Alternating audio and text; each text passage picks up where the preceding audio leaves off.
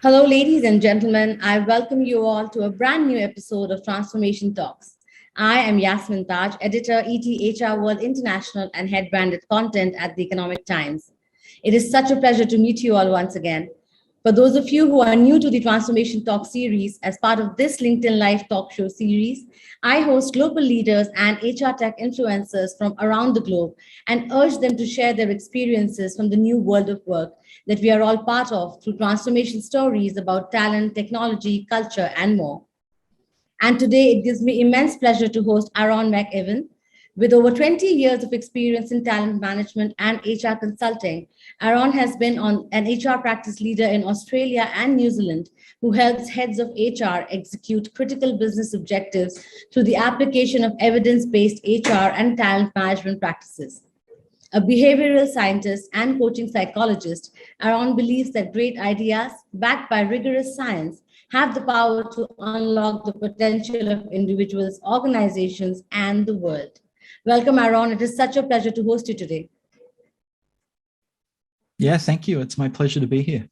Absolutely. Looking forward to a great conversation and learning from you, Aaron. But before we start our conversation, I'd like to give a little brief to our audience about the topic that we'll be discussing today. As per a recent report by Gartner, only 24% of hybrid and remote knowledge workers feel connected to their organization's culture. On the other hand, organizations that succeed at connecting employees to their culture can increase employee performance up by 37% and retention up by 36%. Now, it would be fair to say that in the world of work, where most of the things are interlinked with each other, CHROs need to find ways to mitigate the ongoing challenges related to their workforce and also parallelly gear up to face the newer challenges that are underway already with the Great Return. In today's episode, we will be discussing how CHROs can relook at their employee experience strategies in the current wave of back to office. And Aaron will share his expert opinions on the new ball game in talent revolution and his picture about the future of work. For our audience who are joining us today, do not forget to post your reflections, views, and comments in the comment section below. So without any further ado, let me again invite Aaron, and here is my first question for you today.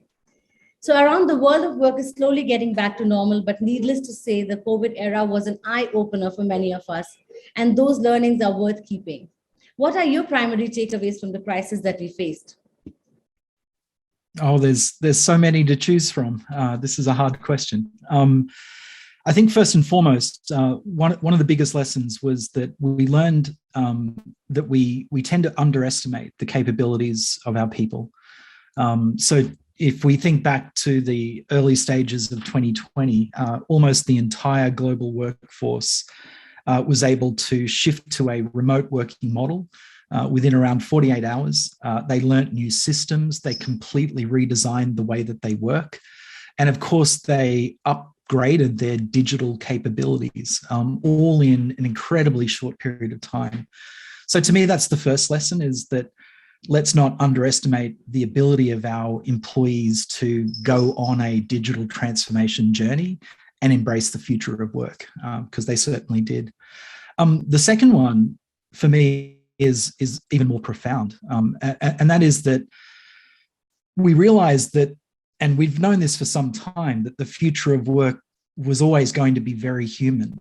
But I think it was that connection to our own humanity, the recognition of how fragile our lives and our health and our relationships were, and the increased value that was placed on people that were doing roles that had historically not been valued, teachers, frontline medical staff, the people that stock the shelves in our supermarkets, the delivery drivers.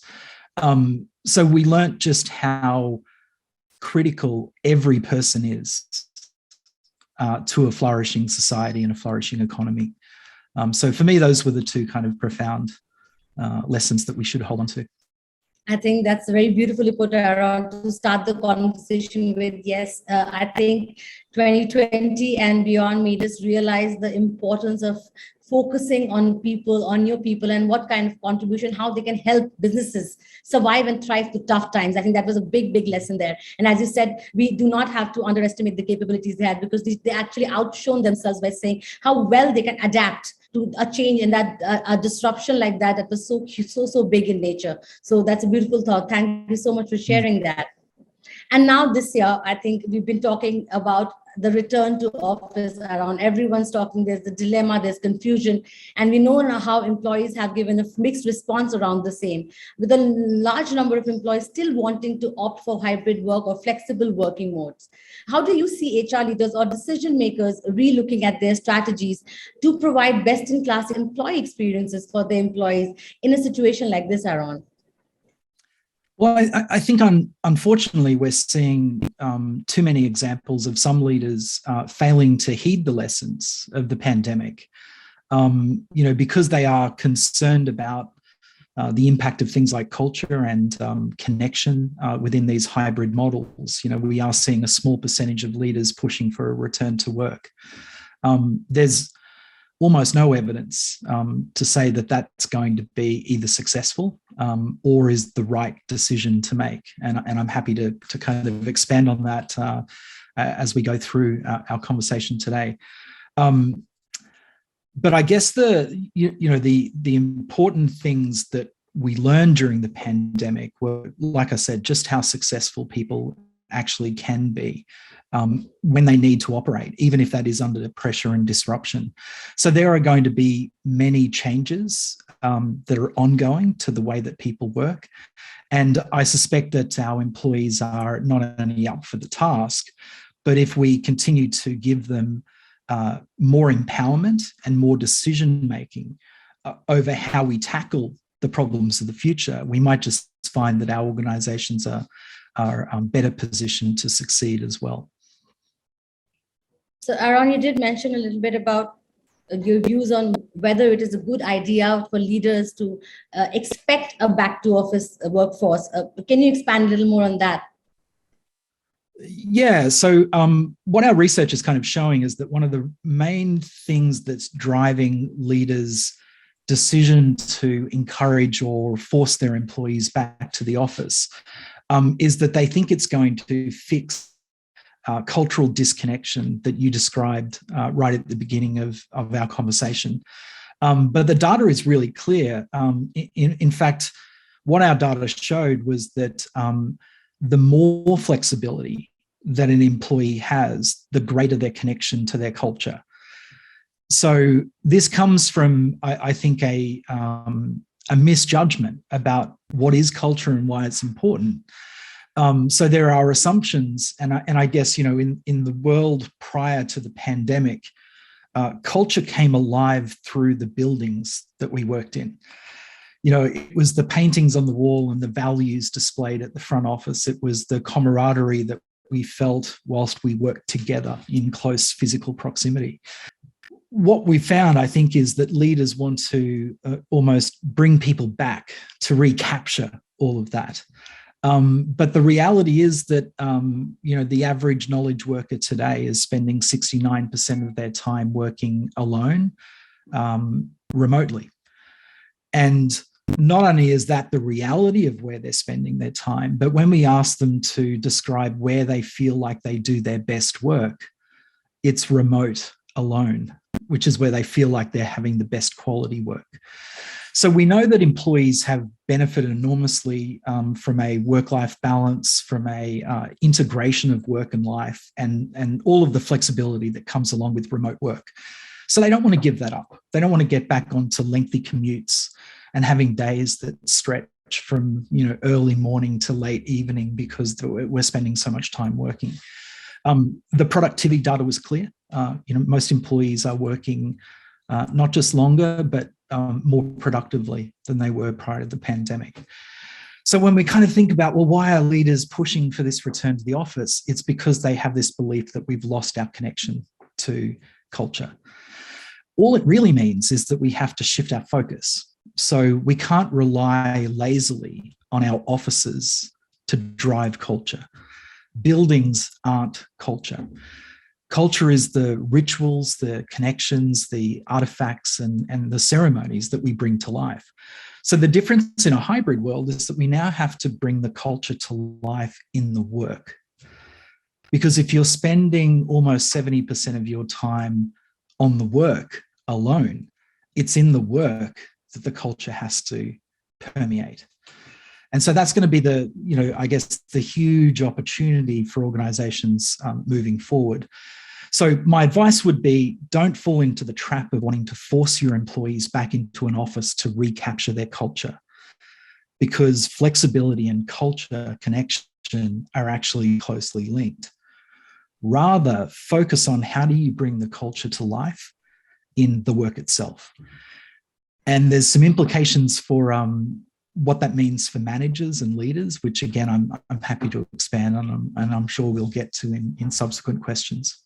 Yes, exactly. So I think very nicely put. I think culture is not a physical space. I think that's something that leaders really do need to understand. And as you said, a lot of, we face an entire era of the great resignation in the last 1 year. And I think one of the biggest reasons employees were quitting were because they wanted flexibility, which organizations could not cater to at that point in time. So I think, as you said, it is not about where you're working from, it's about where you are most productive from. And employees should get the choice to choose that, basically. So thanks for sharing that. We talked a lot. Yeah, sure, please. So you talked a lot about how culture is going to be a defining, a defining aspect of how the workplace is going to remain and will look like in the future. And Gartner has said in one of its survey that culture is king when it comes to employee retention in Australia, with highlighting that manager quality, respect, and people management are the top 3 reasons Australian workers leave their employer. What's your take on that, Aaron? Well, it's pretty simple. So as I described before, if the reality for most knowledge workers is that they're spending, almost 70% of their time working remotely and alone, what that means is that the work itself starts to become very important. And the connection between your work and the organization is your manager. And so what we're starting to see is that managers are the ones that make decisions about the degree of flexibility and empowerment that people have. So when you're kind of working alone most of the time, your connection to the organization is through your manager, and your connection to the work is controlled by your manager. And so that relationship with your manager, which is why you get kind of manager quality and respect coming through so clearly. It's because work has changed, or at least the focus and where we spend our time at work has changed. So without the trappings of the office and everything that goes along with it, you're just kind of left with the work, and you're left with your manager, and you're left with the teams that you work with and through. So those dynamics start to become incredibly important. Now, the respect thing is interesting. It's been there for quite some time. So it's no surprise that that's back towards the top. But what respect is really getting to is one of the most fundamental changes that I think saw through the pandemic is that employees don't want to be seen as workers. They want to be seen as human beings. And the Great Resignation is driven by that, particularly in places like the United States, where it's these jobs that strip people of their dignity and their humanity. That's what people are leaving. So they're either leaving jobs that are disrespectful, or they're leaving employers that are disrespectful. And that disrespect is, do you respect me as a human being with the complex, rich life that I have? So I think that's the huge lesson for organizations here is you have to respect the people that do your work. And if they don't feel respected, they're in a position, at least for the time being, in terms of where the economy is, where they have a lot of choice. We're seeing record demand for every job. It's not just technology and digital marketers and AI engineers. It's fruit pickers. It's laborers. It's people that are doing every job and every service in our economy. So yeah, if you don't feel respected at work, you'll keep looking for somewhere where you do feel respected. That's such a great thought. I think, and one of the biggest lessons, as you said earlier, also is about understanding how being human, how being human towards your people is very, very important. And that's where respect comes in from. That's where purpose comes in from. Value comes in for employees, because they want to be valued for what they are contributing to for the organization that they're associated with. So, as you said, and people do not really leave organizations. It's the managers that they're working for, the kind of people they are associated with on a daily basis, that help them stick to a job and be loyal to a job and be their best selves, actually. So going forward also, I think in the future it's going to be about people. It's going to be about how humanly are you treating your people, and what kind of a relationship are you as a manager are you sharing with your subordinates and your people. So thanks so much for sharing that, Aaron. So around, based on that, in your experience, what do you think can be some best change management practices that organizations must adopt to rise above the existing workplace challenges that involves attracting and retaining critical talent, while the world is going through a wave of hire and fire, as we just discussed? Well, there's so many levels to this question. So the first thing is that, again, back in 2019, nobody predicted that there would be a global pandemic that would last for the next 3 years. Nobody predicted that there would be the outbreak of war in Europe. Nobody predicted the kind of pointed impact of climate change events happening so quickly, although some people were predicting that. We just tended to ignore it. So the point I'm making here is that the future that we're stepping into is one of constant change. So change is normal. And so if we think about change management, how do you approach change management from a best practice perspective? One thing is really clear: in highly complex and changing environments, it's a concept called open source change that makes the biggest difference. And what I mean by that is that, historically change has been managed from the top. So leaders come up with strategies, they then develop an implementation plan, and then they push that through the organization down through the layers. We know that that doesn't work, and it hasn't worked for decades. What works is when you engage your people in the change strategy itself, you engage them in the implementation plan, and you empower them to make the changes themselves. And you certainly don't dictate the change to them. So there's a lot I could say about change management, but the first thing is that in line with this more humanistic workforce is also the respect that it's the people that do your work that have the best insight into how change is going to work. So if you don't engage them in the change, you're actually missing the most important pieces. Our leaders don't spend every day with our customers, but our employees do. So they can tell you whether a change is going to work for your customer or not.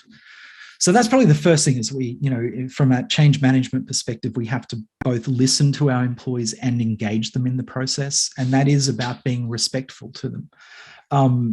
But when it comes to the engagement or the attracting and the retention of critical talent, the best message I can give is never lose sight of the fact that your employees want to be treated like a human being. So it is just about being respectful. And that means that they're going to want to have a better work-life integration. I don't think balance is really achievable. Nobody seems to have balance. But what employees want is more autonomy, not just over where they work, but when they work, the work, how much time they spend doing that work, who they work with, and how they get that work done. And so our data was very clear when we looked at whether it was white collar workers or blue collar workers, across every one of those dimensions, the where people work, what they work on, who they work with, when they work, etc. What was clear is that employees wanted more autonomy and flexibility than their organization was offering. So you can't really go wrong in offering more flexibility if you want to attract and engage and retain your talent. The trick is to balance that against the needs of the teams that those employees work with and the clients that they serve. But that's a healthy tension point. And we know that the companies that have been most successful have managed that tension point between employees, teams, and customers in a really successful way. Yeah, and I think we have seen examples of organizations who've done it pretty well. I think, as you very rightly said, change management cannot be a process that goes top down. It has to involve your employees. I think from 2020, one thing that became very evident was that how often and how well are you listening to your employees? And I think that is where you're coming from when you say they have to be involved in the kind of change that's happening, and how do they want to work? Who do they want to work with? In which manner do they want to work? And organizations who are paying heed to it are the ones who are being at the forefront of, in the past 3 years, of managing change better and preparing for a future which will continue to change. So thanks, Aaron. Great points there. So yeah. And I think, just to expand on what you've shared, that is the great lesson of the pandemic. And I know this for a fact. I took my first calls on remote work from our clients in Wuhan in China back in very early 2020. Where they called up and said, there is this unknown virus. We have to send our workforce home. What do we do? And the reality was that nobody had an answer for that. So that was perhaps one of the biggest change management projects that the world has ever seen. The wide-scale shift to remote work en masse. And there was no project plan. There was no top-down strategy. And so what organizations had to do, because they really had no other choice, was to trust their employees. They said, we need you to work from home. We don't know how it's going to work yet. We don't know what we're going to do, but we're going to trust you that we can work it out together. And I think there would be very few people that would say that the remote work from home experiment during the pandemic was not successful. By almost every measure, it was a success. And that's a perfect example of open source change management. Great. Thanks, Aaron. Thanks for sharing that. As you said, the disruption that happened did not give anybody, there was no guidebook that you could follow. There was no rule book that you could follow. You just had to go with how it was happening. And if you have organizations who could focus on the open source change management process that you spoke about, have been able to manage this change better. So thanks for sharing that. So Aaron, we are into the third year of the pandemic already, and there's still so much we don't know about how our working lives will evolve further. However, there's reason to believe, and we've spoken about it today, that the past 2 years has led to a more human people-centric future of work. So what will be the new ball game in talent revolution according to you, and also in the future of work according to you? Well, we're starting to see the early signs of this data. I mentioned before that, the reality is that we're spending more of our time alone with the work itself. And so one of the things that I think is going to become very important, and a much greater focus will be placed on this, is the notion of job shaping or job crafting. So where I'm going with this is, one of the things that we collect in our global talent monitor data, where we look at what are the reasons why people leave their companies or join new ones. There's this thing that we call job interest alignment. So this is the degree to which the daily tasks that you do in your job align to the things that you are interested in and enjoy and are good at. And it's never been in the top 20 for the decade or more that we've been running these surveys. Today in Australia, it's sitting, I believe, at number 6, the number 6 reason why people join a new company. So what that's starting to point to is that people are recognizing that the work is becoming much more important. And so they're looking for, not necessarily to join a company because of what it is, but rather to join an organization that allows them to do work that is more closely aligned with what they want. So this has huge implications for organizations. One thing that I always say about the future of work is that the work is becoming more complex. So as automation chips away at the more repeatable, simple components of everybody's job, what's left is much more complex, richer work. And so in order to do that work, you have to be healthy and well-rested and in a good place psychologically, because the work is going to increasingly become more complex.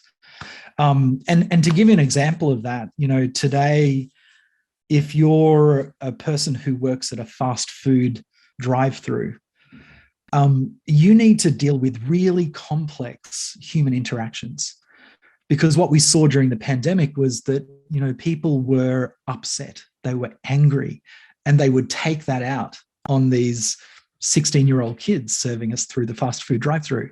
So even a job that is at the lowest paid level, arguably some of the lowest skill level, the actual skill in terms of complex human interaction is really high. You could say it's higher than the stuff that the average manager or leader has to deal with. They don't have to deal with violent stuff, generally speaking, but these 16-year-old kids are dealing with violent customers on a daily basis. And the same thing could be said for people that work in supermarkets or in bars, for example. So that's just one example of how work is becoming more complex and more human and more emotional. And so the point I'm making here is that well-being is becoming incredibly important because the work is complex. We're working longer than we ever have, and arguably we're working harder whilst we juggle these increasingly complex lives. And so the science of human productivity will be much more around how do you get people into an environment and a space where they can do their absolute best work. And so I often think about the way in which consumer technology predicts where things are headed. So I always look to organizations like Apple that are betting heavily on collection of personal health data. So what we're ending up with is this millions of employees that have very complex technology strapped to their wrist, for example, in the form of a smartwatch. And they're getting a real-time indication of the impact of the work that they do on their health, happiness, and well-being. And that technology is becoming more and more advanced. So we're only, maybe 2 or 3 years away from having blood pressure monitors, for example, in our wearables. So what that says to me is that the future of work is very much about the science of how do you get people to do the best work that they can, rather than our current science, which is around how do we move the widgets around most efficiently. So that humanization of work is not just about people wanting to be treated as people. It's also about the fact that the algorithms will soon tell us that the people that do the best work are the ones that are healthiest, well-rested, and in a good place psychologically.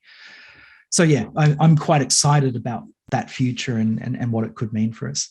And if you're kind of looking for a way of that might manifest itself, my prediction is that the glass door of the future is not going to be about employer rankings or ratings. You'll simply go onto a website and say, can I have a list of the companies that have the lowest on average resting heart rate, or the employees that have the greatest amount of sleep, or the fittest employees?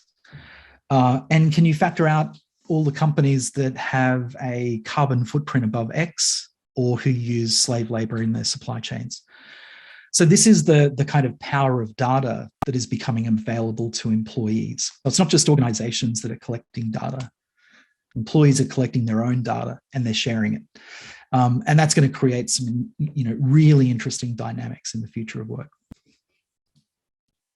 That's so interesting, Aaron. You put it so beautifully that the future of work, we started from 2020, where the focus on human beings became more critical for organizations. And now we're sitting in 2021, where well-being, and since that time itself, well-being has become such an important aspect for employees and employers, and employees who do not feel that they're taken care of, that do not feel that they're being listened to, and that their work-life integration is important for their employer, are not willing to stick around to an organization anymore. So very rightly said, they're looking for companies who take care of them. They're looking for companies who give them a purpose in the kind of work that they're doing, and who understand how is it that they want to work and what is it that they want to work on. So companies in the future, as you said, will have to really put a strong focus on well-being, health, work-life integration of the kind of, if they want the right people to stay with them, be loyal to them, and bring their best selves to work, because work no longer remains, it's no longer an employer's market, it is an employee's market today. So we have to cater to what works best for them. So thank you so much for sharing that, Aaron. Time for my final question for you now, Aaron. Could you share 3 tips for our viewers today on how they can tackle and rebalance the employee-employer dynamic for the next normal? Well, I'm really just going to repeat myself. See your employees as the complex human beings that they are. So create environments and work that is engaging for human beings. Remember that those very same human beings, when they have their own consumer experiences, so whether they're watching Netflix or they're shopping on Amazon, for example, they're being trained to expect what we call a hyper-personalized experience. So very complex algorithms are analyzing every individual and their purchasing habits to understand them deeply. So that's the experience they have outside of work. Then they step into work, and today they're treated like, in Australia, we call it sheep dipping. So everyone gets the same experience. You get, there's no attempt to understand you as a unique individual. So eventually that's going to create a huge disconnect between the expectations of employees and the experience that organizations deliver. And the return to the office is the classic example of this. We're ignoring the fact that, back in the early 2000s, the internet and e-commerce was alive and well, and people got to experience online shopping for the first time. Now, what that meant was that those brick and mortar shops had to adjust, and they had to create an experience, not just sell a product. So the same is going to be the case for employers. If you want your employees to be engaged at work, and if you want them to come into offices, you're going to have to create an incredible experience for them. And it's going to have to be personalized, because that's how employees as consumers are being trained. So that's the next one. And then I think the third component of this is that if you can understand those preferences, but also understand the conditions that uniquely set your employee up to do their best work, you will be able to extract, and I hate using that term, but extract the highest levels of efficiency and productivity and quality. So you have to make this shift from worker to human. That's the first one. From what we would call general consistent experiences to hyper-personalized ones. And then finally, start to embrace the science of individual performance and productivity, because that is the future of work. Thank you, Aaron. That was really, really, really well explained, I must say. I completely agree with you. The future of work is going to be about looking at human beings as human beings, not as employees or data points for organizations. Work, as you said, is becoming more complex. So organizations have to understand how they better manage their employees and help them bring their best selves to work. And thirdly, it is about taking care of work-life integration. It is about well-being. It is about putting together an organization which cares for its people, which creates an employee experience which is hyper-personalized. Though the culture has to be unified, but the experiences for each individual have to be very, very personalized based on what is it that works best for them and what will help them give in the best to their organization. So on that note, Aaron, thank you so much. It was a great conversation. There was so much to learn from you. Any closing words, anything that you'd like to add in the ending here? Only that we don't know where the economy is headed. So there are some grey skies appearing in the economy. We've got inflationary pressures and a whole bunch of other, things like interest rate rises around the world. So what I would encourage leaders to do is don't panic, and don't do what you always do when the economic headwinds start to get tricky, which is you start tightening things up and laying people off. Be really smart, because most organizations have made huge ground over the last 12 to 18 months. don't let some economic headwinds undo that great work. So hold the line, continue to offer your people flexibility and autonomy, and they will continue to reward you with great work. Exactly. I think it is, our leaders must understand the lessons that we learned in 2020 still hold true. And the focus on people, the focus on their employees has to be, optimum here as well. So great. Thank you. Thank you so much, Aaron. It was a pleasure talking to you today. And to all our audience who saw this episode, I hope you had enjoyed listening to Aaron and the wonderful insights that he shared with us. Please do stay tuned for our next episode of Transformation Talk. So see you all super soon. Until then, take care and bye-bye.